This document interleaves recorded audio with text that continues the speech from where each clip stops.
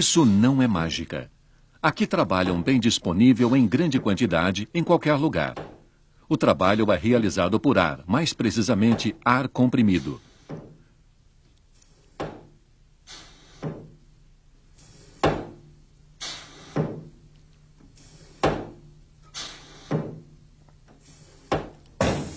Neste exemplo, vemos um circuito pneumático simples. É o ar comprimido que movimenta o cilindro em ambas as direções e que também comanda a válvula. Esta, por sua vez, direciona o fluxo de ar para a câmara correspondente. Tudo isso depende do botão estar acionado ou não. Portanto, o ar comprimido é um meio de comando e de trabalho.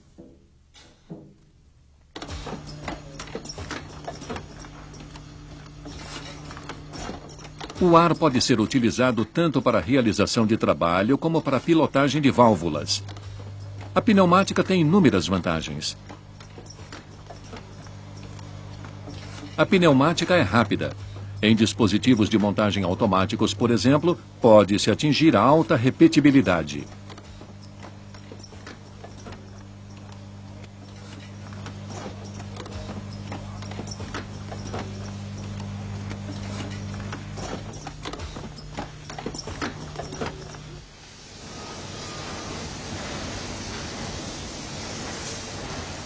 O ar comprimido preparado é um meio limpo. A indústria têxtil e alimentícia tiram grande proveito disso, pois lá os produtos não podem, em hipótese alguma, sofrer contaminação durante o processamento. Além disso, o ar já utilizado pode ser liberado ao meio ambiente, não existindo necessidade de conexões de retorno.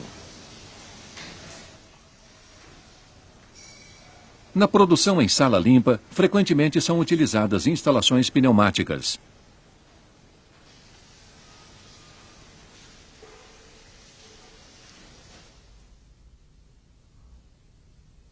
O ar comprimido pode ser armazenado. A vantagem disso é que ele pode ser mantido em estoque num reservatório.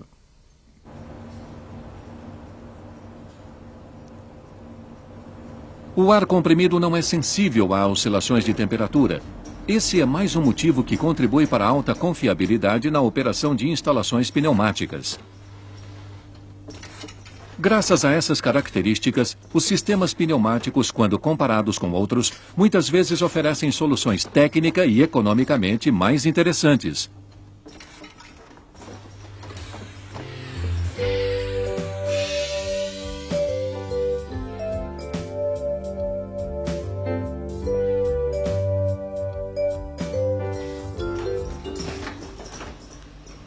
Para que se possa compreender os fenômenos mais importantes da pneumática, é necessário conhecer alguns princípios físicos. A pressão. Toda a superfície terrestre sofre os efeitos da pressão atmosférica. Embora varie um pouco em função das relações geográficas e climáticas, no meio técnico se aceita como referência o valor de 100 kPa para a pressão atmosférica. Qualquer pressão acima desse valor denomina-se pressão de operação, PG. Essa pressão normalmente é indicada pelos manômetros dos equipamentos pneumáticos. Por convenção, quando utilizamos P sem nenhum índice, estaremos nos referindo à pressão de operação. Pressões inferiores a 100 kPa são denominadas pressão de vácuo, PV. A pressão absoluta é composta pela pressão de vácuo somada à pressão de operação.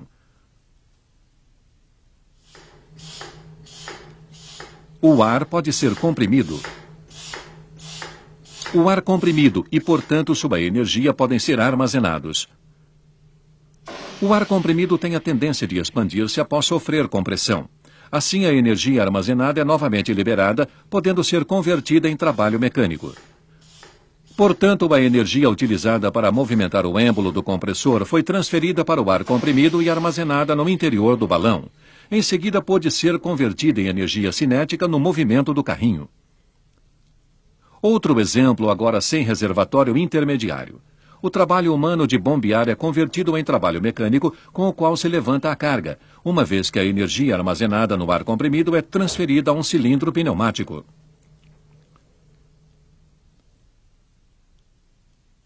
Acrescentemos mais um pouco de teoria sobre a relação entre um determinado volume de ar e sua pressão. Desde que a temperatura permaneça constante, pode-se afirmar que o produto de um certo volume de ar, V, e a pressão, P, exercida por ele é constante. O que significa isso?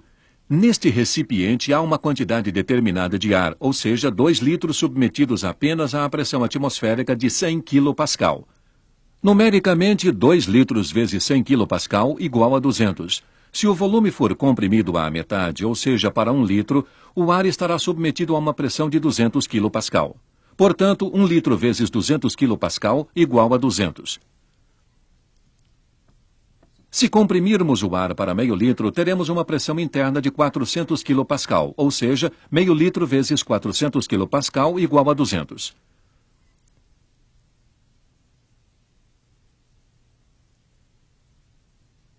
E para que precisamos conhecer esta equação na pneumática? Vejamos um exemplo. Um compressor tem taxa de compressão de 7:1. Que pressão de operação pode ser atingida com uma temperatura mantendo-se constante e uma pressão atmosférica igual a 100 kPa?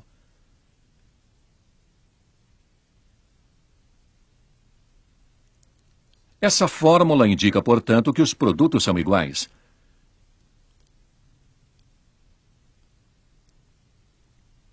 Estamos procurando P2 e desenvolvemos a equação.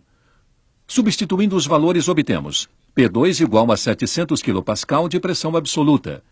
Deste valor, temos que subtrair a pressão atmosférica de 100 kPa, o que resulta numa pressão de operação do compressor de 600 kPa.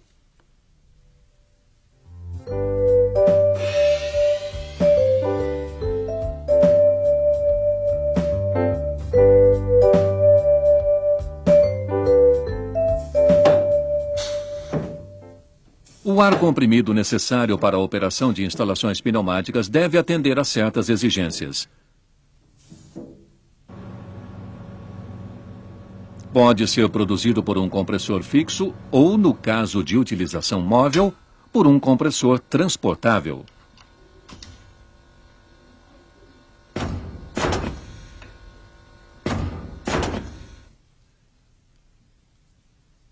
Há diversos tipos construtivos de compressores, dos quais 2 serão apresentados rapidamente. Primeiro, o compressor de pistões. É o compressor mais utilizado. Esta animação nos mostra em funcionamento um compressor deste tipo composto apenas por um estágio.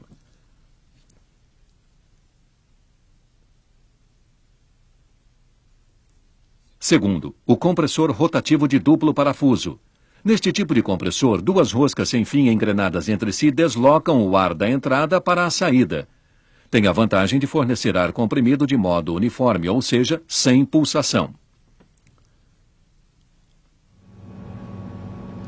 Depois da unidade de compressão, existe uma unidade de resfriamento acoplada ou não à primeira. Nela resfria-se o ar comprimido por meio de trocadores de calor e elimina-se o óleo contaminante proveniente do compressor. Em seguida, no circuito de alimentação, temos o reservatório. Ele reúne as seguintes funções. Primeira, armazena o ar comprimido.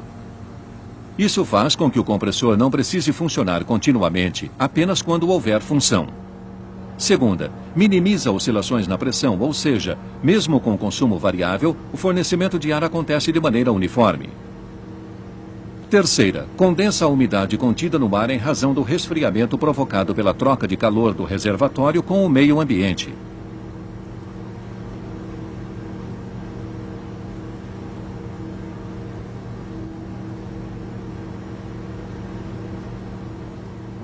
Mesmo assim, o ar comprimido ainda contém umidade, que é eliminada por um secador antes de ser fornecido à rede.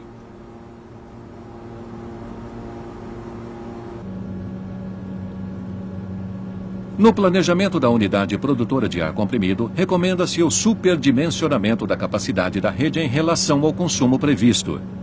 Ampliações posteriores têm custo bastante elevado.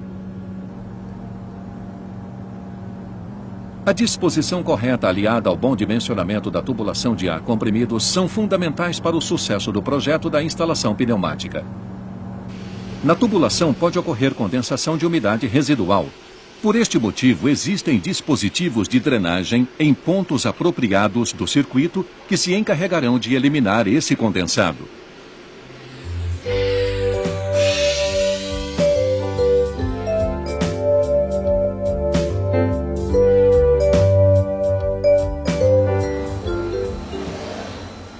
A preparação final do ar comprimido acontece próximo do ponto de consumo, ou seja, na entrada da máquina. O ar comprimido utilizado nas instalações pneumáticas deve atender a duas condições essenciais. Ele deve estar seco e limpo, para que não ocorra entupimento dos estreitos canais dos elementos pneumáticos, o que causaria problemas à instalação.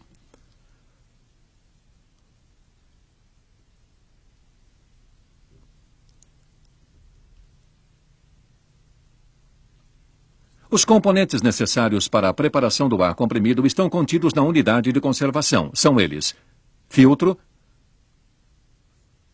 copo condensador de água, regulador de pressão, lubrificador. Primeiramente, elimina-se do copo a umidade restante.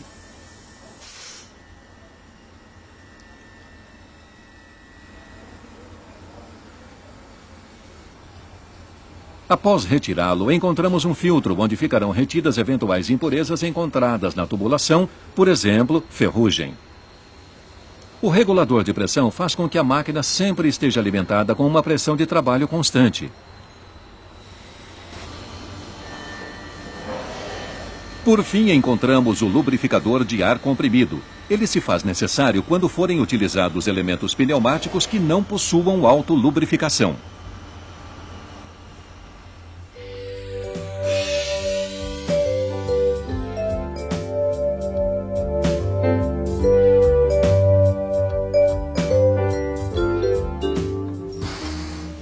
A função dos atuadores pneumáticos é converter energia pneumática em energia mecânica. Por exemplo, levantar e abaixar as ferramentas de usinagem. Existe uma série completa de atuadores pneumáticos que veremos mais de perto.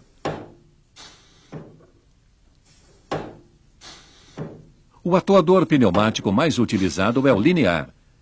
Ele converte a energia pneumática em movimento linear. As dimensões dos cilindros pneumáticos normalmente são da seguinte ordem de grandeza: diâmetro, 6 a 320 milímetros. Curso, 1 milímetro até 2 metros. Força, 2 a 50 mil newtons. E velocidade de avanço, 0,02 a 1 metro por segundo.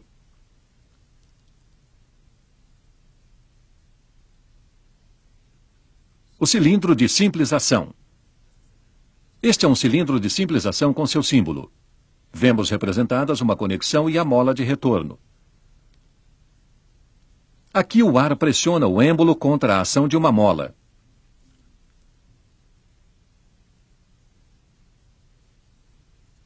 A haste do cilindro avança. Quando não houver mais ação do ar comprimido sobre o êmbolo, a mola o recolocará em sua posição inicial. A mola é dimensionada de tal forma que garanta o retorno do cilindro. Se ela fosse mais forte, teria que ser realizada uma força muito maior no esforço de avanço para vencer a ação da mola. A força de trabalho efetiva do cilindro seria menor. Cilindros de simples ação são utilizados, por exemplo, para a fixação de peças,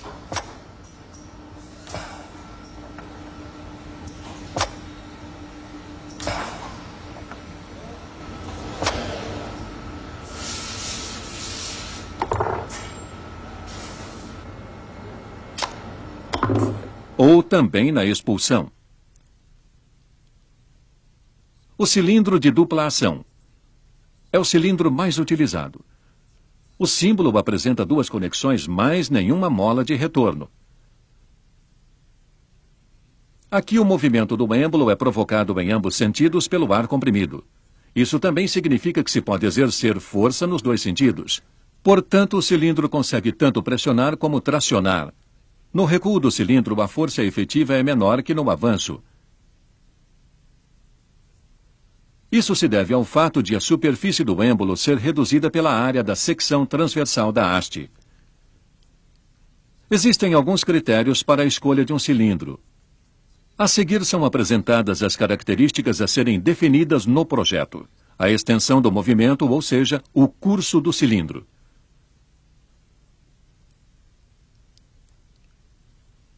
A força necessária no avanço e no recuo do cilindro.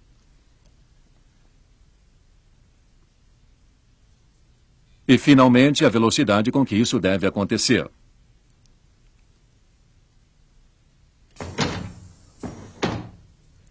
A força e a velocidade estão relacionadas entre si. Observemos a seguinte experiência. Com cargas iguais, os dois cilindros avançam com a mesma velocidade. Aumentamos a carga à esquerda e já percebemos a diferença.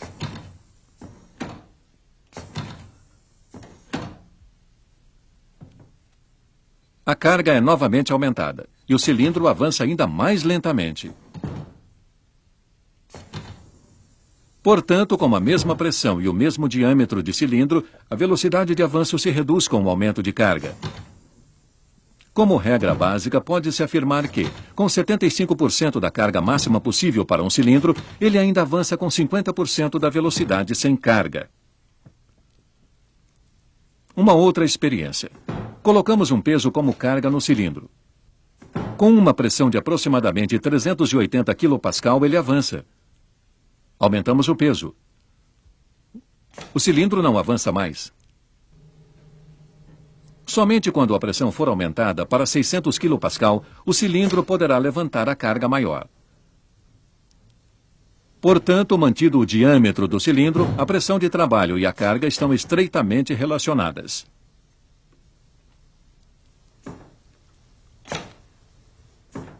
Nesta experiência, o cilindro também não consegue levantar a carga. Para o cilindro da esquerda, não há problema em fazê-lo, embora a pressão seja a mesma nos dois cilindros. A explicação do fato. O cilindro da esquerda tem um diâmetro maior. Isso é novamente demonstrado nesta experiência. Com a mesma pressão de trabalho, aqui 600 kPa, o cilindro menor com diâmetro de 16 mm aplica uma força de aproximadamente 106 newtons.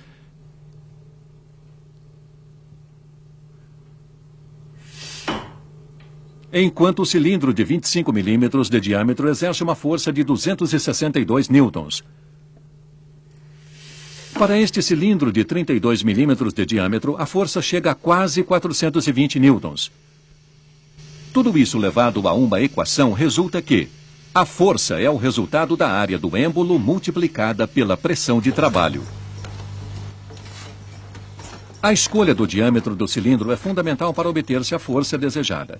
Além disso, a frequência do movimento, a pressão e o consumo de ar comprimido são variáveis importantes. Nas mesmas condições, um cilindro menor consome menos ar que um maior. Neste dispositivo de furação automático são utilizados cilindros de dupla ação de várias dimensões.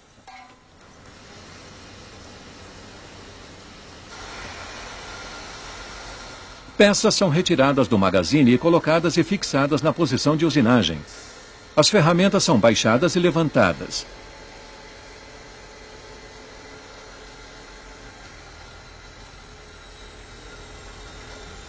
E, posteriormente, a peça pronta é retirada e expulsa.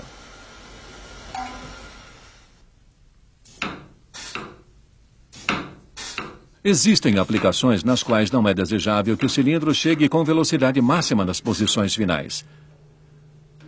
Nestes casos, utilizam-se cilindros com amortecimento de final de curso.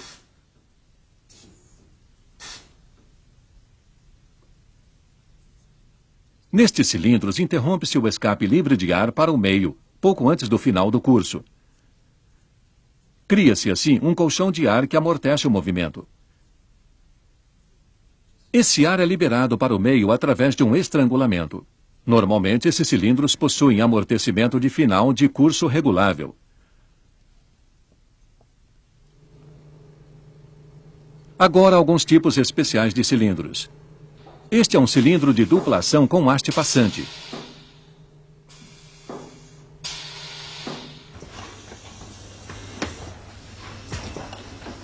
Ele tem as seguintes vantagens.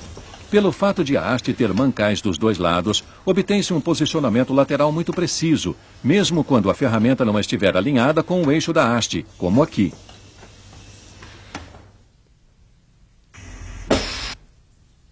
Por fim, o cilindro de haste passante ainda oferece outra vantagem. Aqui, já que uma das extremidades está ocupada pelo gerador de vácuo, a detecção da posição da haste pode ser realizada na outra extremidade. Mais um exemplo. Este cilindro tem a haste vazada. Através do furo pode-se passar, por exemplo, um cabo elétrico para acionar o solenoide de um eletroímã.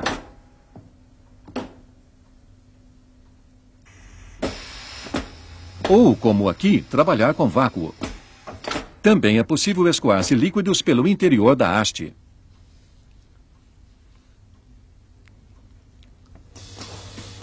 Em contraposição ao cilindro anterior, este aqui não possui haste.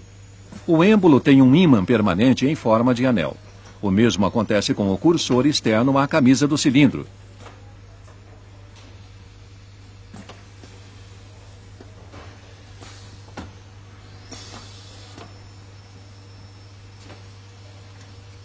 Quando o ar comprimido movimenta o êmbolo magnético no interior do cilindro, o cursor acompanha-o com grande precisão.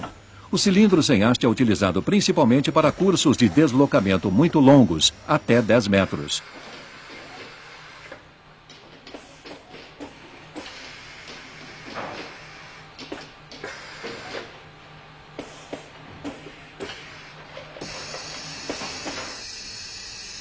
Este é um cilindro de posições múltiplas. Normalmente, ele é composto de 2 cilindros de dupla ação, solidários. Assim, obtém-se 4 posições.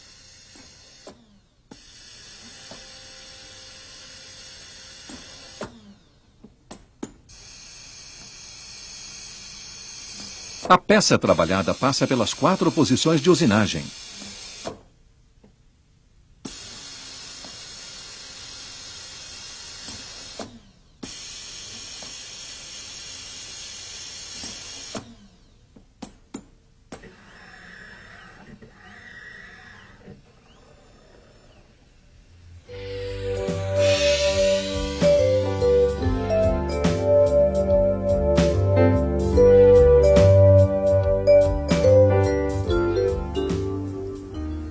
O cilindro rotativo.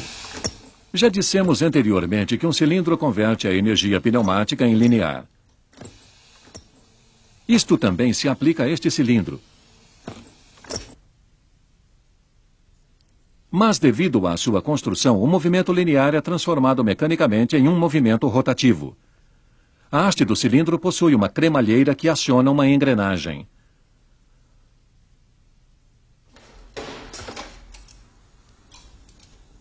Aqui um cilindro giratório é utilizado para fornecer energia mecânica na prensagem de peças.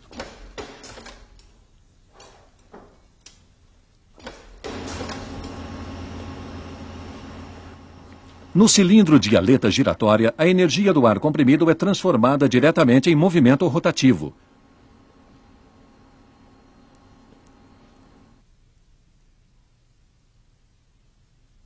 O ângulo de giro é ajustável. O torque máximo pode chegar a 20 Nm.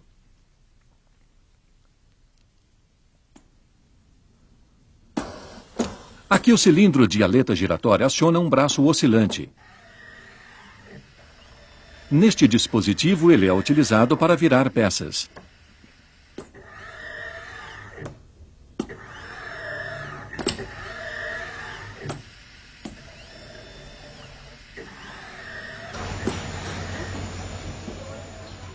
Motores pneumáticos. Nesta parafusadeira, a energia pneumática é convertida em movimento giratório através de um motor de palhetas. Nesses casos, a faixa de rotação estende-se de 3.000 a 8.000 giros por minuto. A potência varia de 0,1 a 19 kW. Ele funciona da seguinte maneira. Numa câmara cilíndrica gira um rotor excêntrico no qual encontram-se palhetas móveis. Estas palhetas isolam as diversas câmaras entre si. O rotor é colocado em movimento através de ar comprimido injetado na câmara menor. O ar comprimido libera energia para o eixo do motor e então escapa para o meio. Existem motores pneumáticos com sentido de rotação horário, anti-horário ou reversível para as duas situações.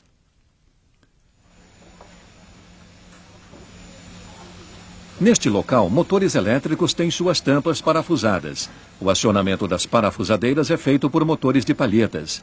Os motores pneumáticos também são indicados para áreas onde existe o risco de explosão.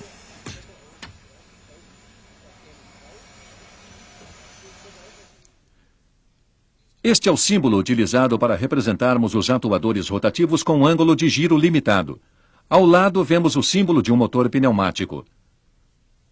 Os símbolos sempre são orientados pela função e não pela forma construtiva do elemento.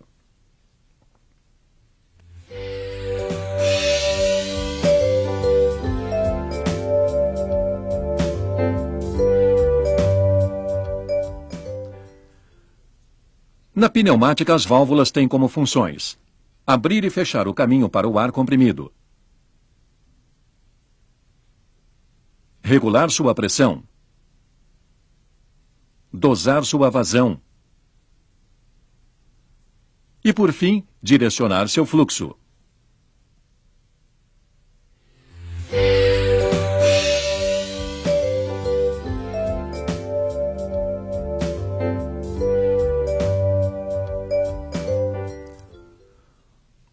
Uma válvula direcional tem basicamente três funções: bloquear a passagem do ar, ou abri-la, e direcionar o fluxo de ar, daí o seu nome. Verifiquemos detalhadamente as válvulas direcionais mais importantes. Esta válvula, por exemplo, comanda um cilindro de simples ação. Ela tem 3 vias, uma para a alimentação de ar comprimido, uma para o escape e outra para a conexão com o cilindro.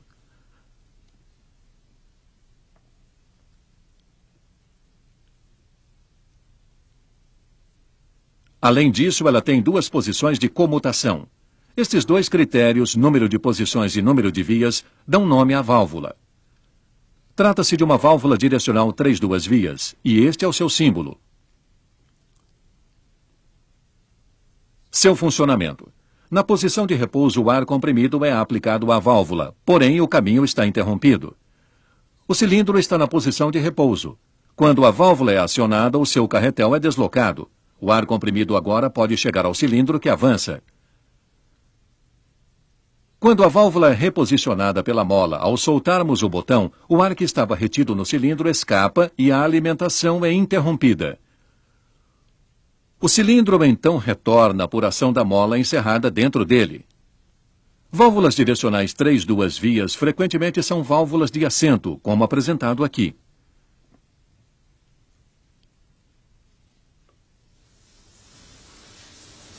Nesta instalação é utilizada uma válvula direcional 3 vias acionada manualmente para controlar um cilindro de simples ação que tem a função de ejetar peças.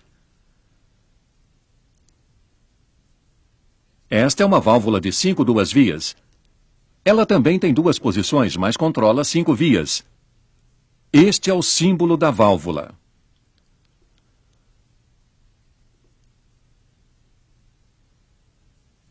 Como exemplo, apresentamos o controle de um cilindro de dupla ação. Cada câmara do cilindro está conectada a uma via de trabalho da válvula direcional. Ainda há conexão de alimentação de ar comprimido e 2 vias de escape, uma para cada câmara.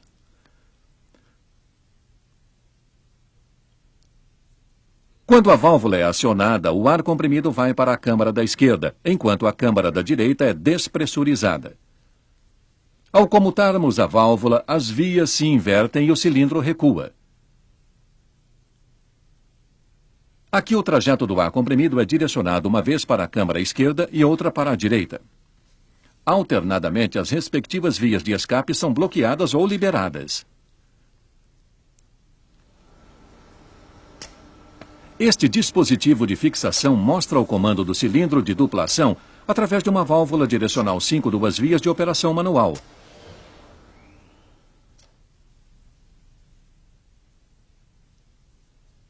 Esta válvula também tem 5 vias, mais 3 posições de comutação.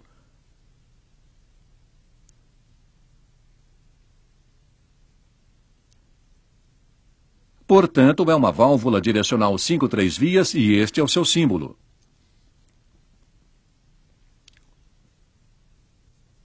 Como exemplo, utilizamos aqui um cilindro de aleta giratória. Temos 2 vias de conexão para as câmaras do cilindro giratório, 2 vias de escape e mais uma para a alimentação de ar comprimido. O carretel da válvula é mantido na posição central através de molas. Todas as vias ficam bloqueadas. Nada acontece. Porém, se um dos botões for acionado, o ar comprimido preenche a respectiva câmara. A outra é despressurizada.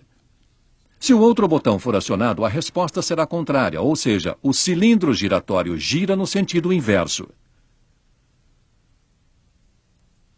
Quando soltamos o botão, as molas reposicionam o carretel da válvula na posição central. O cilindro giratório permanece numa posição intermediária. Este é um exemplo típico de utilização de uma válvula 5-3 vias. O magazine pode ser colocado em qualquer posição que se deseje. Isso significa que podemos escolher a posição mais adequada. O acionamento de válvulas direcionais pode ser direto. Aqui, mecanicamente,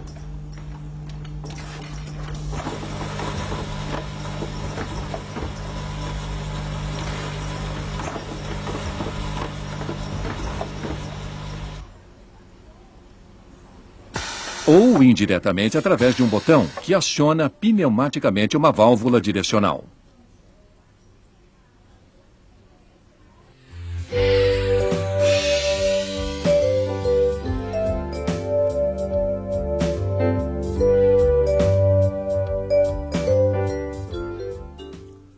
A válvula de simultaneidade realiza uma associação lógica, mais exatamente uma função E. Neste caso, significa que, somente se os 2 botões estiverem pressionados, o cilindro avança.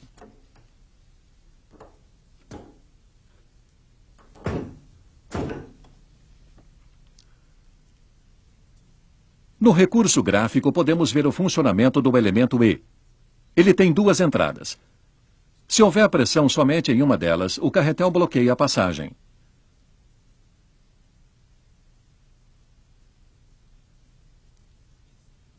Porém, se tivermos pressão nas 2 entradas, o ar comprimido poderá passar e pilotará a válvula direcional. Na prática, isto acontece da seguinte forma.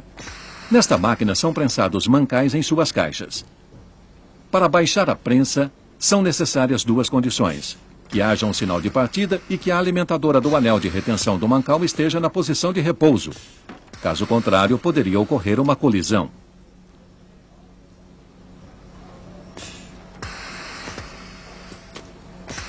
É claro que nesta máquina são necessárias várias associações E. Aliás, aqui há 3 delas agrupadas no mesmo bloco de montagem.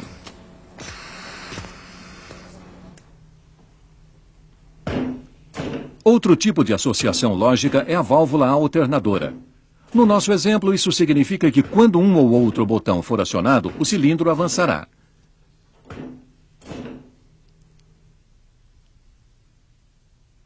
Essa função é executada utilizando-se um elemento OU. Esta válvula também tem 2 entradas. Quando houver um sinal em uma delas, a passagem de ar comprimido fica livre e a válvula apresenta sinal na saída.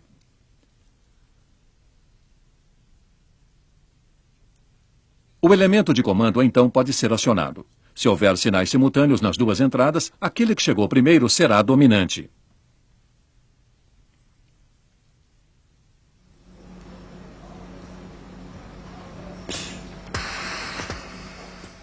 O comando de partida desta máquina pode ser dado de 2 formas diferentes: pressionando o botão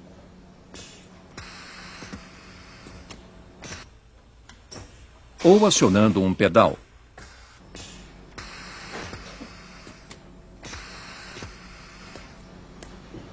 Esta associação OU é feita através de uma válvula alternadora.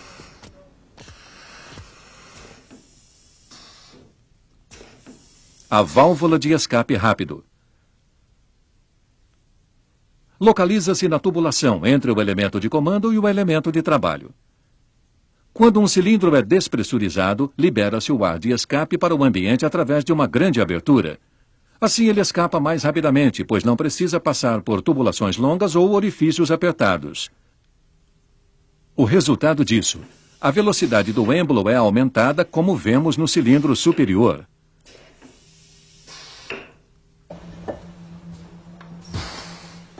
Em cilindros com grande volume como estes, obtém-se frequências de operação significativamente mais elevadas, pois o retorno do êmbolo acontece mais rapidamente. Aqui as vantagens da válvula de escape rápido ficam bastante claras.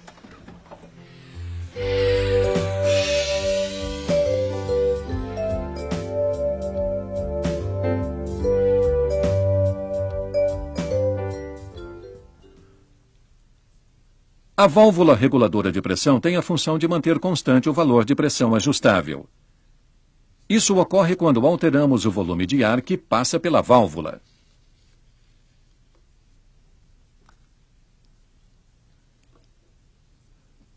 Ela pode também compensar picos de pressão provenientes dos equipamentos. Nesse caso, o ar é liberado para a atmosfera. Em cada unidade de conservação existe uma válvula reguladora de pressão.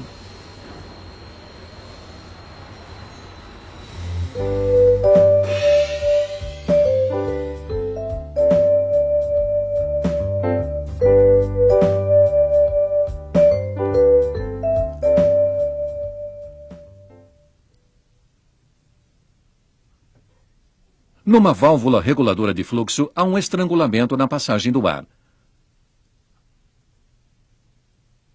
Assim, pode-se controlar a vazão e, consequentemente, a velocidade dos atuadores. A válvula reguladora de fluxo unidirecional, como o nome já diz, consiste de um estrangulamento e de uma válvula de retenção. Ela regula o fluxo só em um sentido. No outro, o ar pode passar livremente.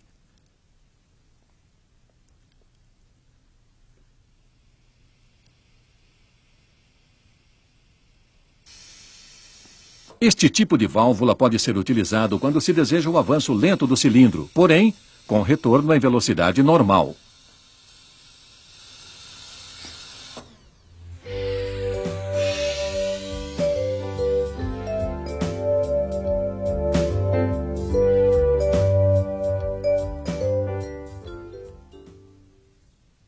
Válvula de sequência é utilizada nos circuitos dependentes da pressão. Somente quando a pressão regulada no piloto da válvula for atingida é que teremos a sua comutação.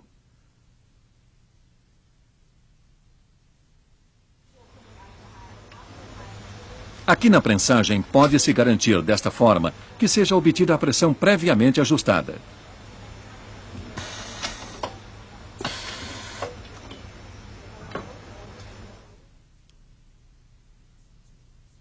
Válvula temporizadora. É uma combinação de válvula reguladora de fluxo com retenção, reservatório de ar comprimido e válvula direcional. Através do ajuste do estrangulamento, pode-se alterar o volume de ar que adentra o reservatório. Assim, também é possível alterar o tempo necessário para que se atinja a pressão de comutação da válvula direcional.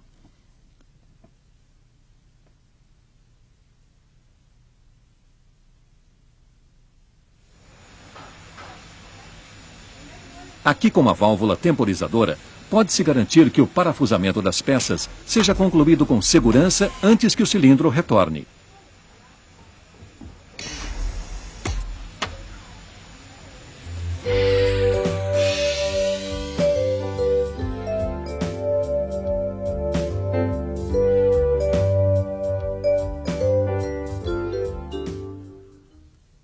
No capítulo referente a válvulas direcionais, já vimos dois exemplos de acionamento de válvulas. A operação direta e a operação indireta.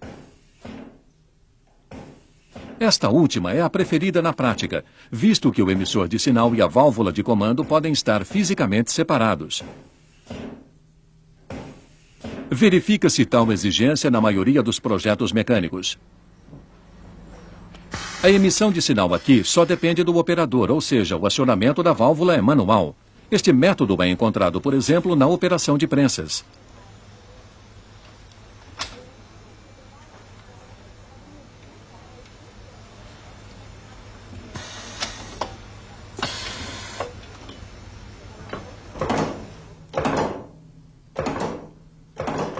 Neste caso, temos entrada automática de sinal. Quando o cilindro atinge sua posição final, uma válvula de rolete é acionada. Esta, por sua vez, envia ao elemento de comando, uma válvula direcional 5 vias, um sinal correspondente. Isso resulta no movimento de retorno do cilindro. Assim, o cilindro pode ser acionado novamente.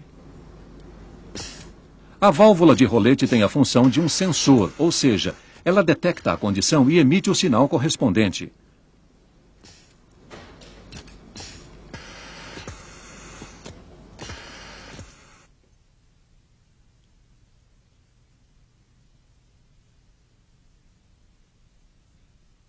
Aqui vemos mais uma vez a combinação entre emissores de sinal, ou seja, botão e válvula de rolete e o elemento de comando pneumático.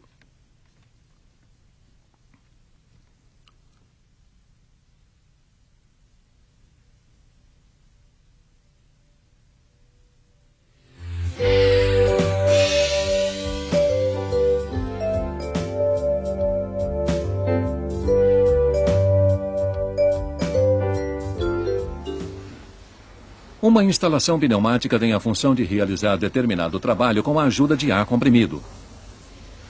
Agora veremos a estrutura básica de um circuito pneumático.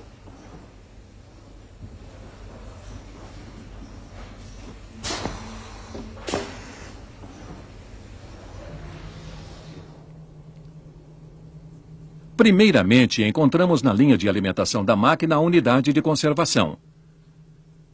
Nela, o ar comprimido é preparado de acordo com as necessidades específicas da instalação.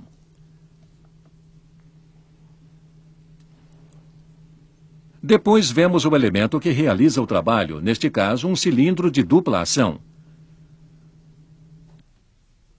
Quando enviamos ar comprimido para o cilindro, o êmbolo avança. Somente quando o cilindro receber ar comprimido em sua outra conexão, ele retornará.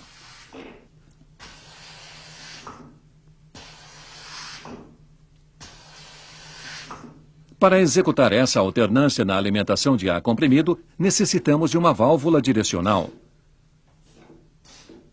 Assim, construímos um comando pneumático simples.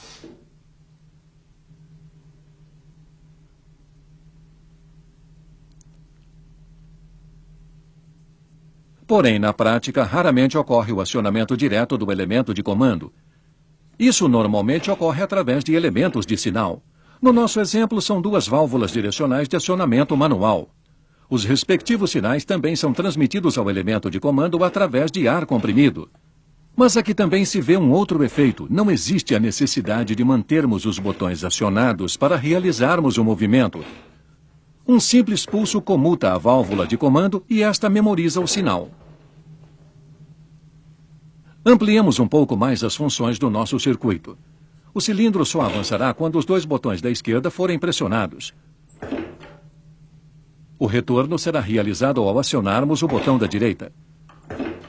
Para isso, o circuito recebeu, além de mais um botão, também um elemento processador, no caso, o elemento E, que satisfaz a condição de simultaneidade. Somente quando os dois botões estiverem pressionados, o elemento de comando será acionado e o cilindro avançará. Agora vemos a estrutura básica de um circuito pneumático relacionada às funções de cada elemento.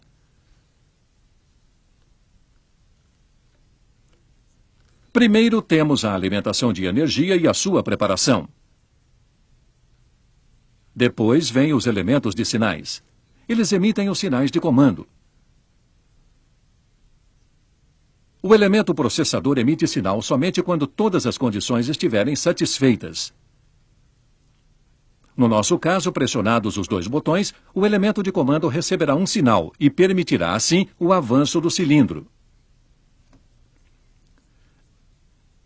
Em instalações simples, as funções de emissão e processamento de sinais e comando podem ser realizados por um único componente. Como neste caso, com uma válvula direcional acionada manualmente.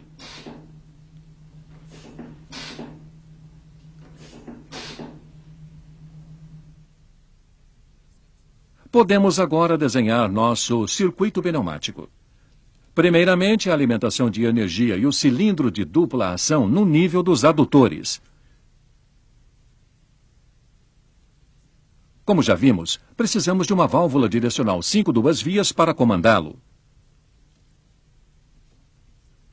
Neste conjunto, a válvula de acionamento manual assume as funções de elemento de sinal, de processamento e de comando. Mas em nosso exemplo, colocamos 2 botões para o movimento do cilindro. A válvula direcional 5 duas-vias passa a ter somente as funções de elemento de processamento e comando. Para que se possa incluir a associação lógica E, introduzimos o elemento E como elemento de processamento. Agora, a estrutura básica de um comando pneumático em 5 níveis fica clara. Alimentação de energia. Elementos emissores de sinais. Elementos de processamento de sinais. Elementos de comando. Elementos atuadores.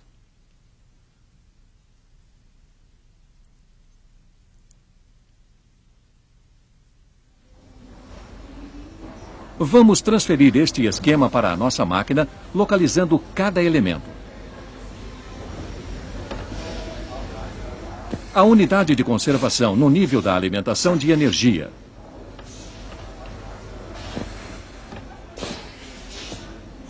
As 2 válvulas de acionamento manual como elementos de sinais.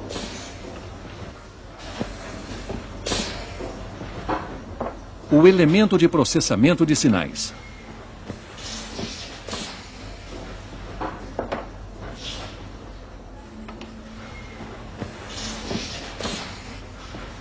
Uma válvula direcional 5 duas-vias como elemento de comando.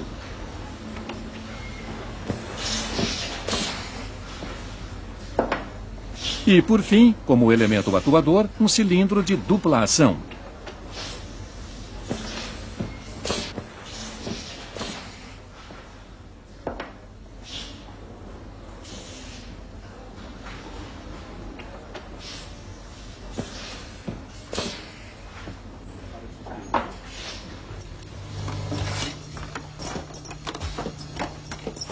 Este princípio básico aplica-se a todos os comandos pneumáticos, inclusive nos circuitos mais complexos.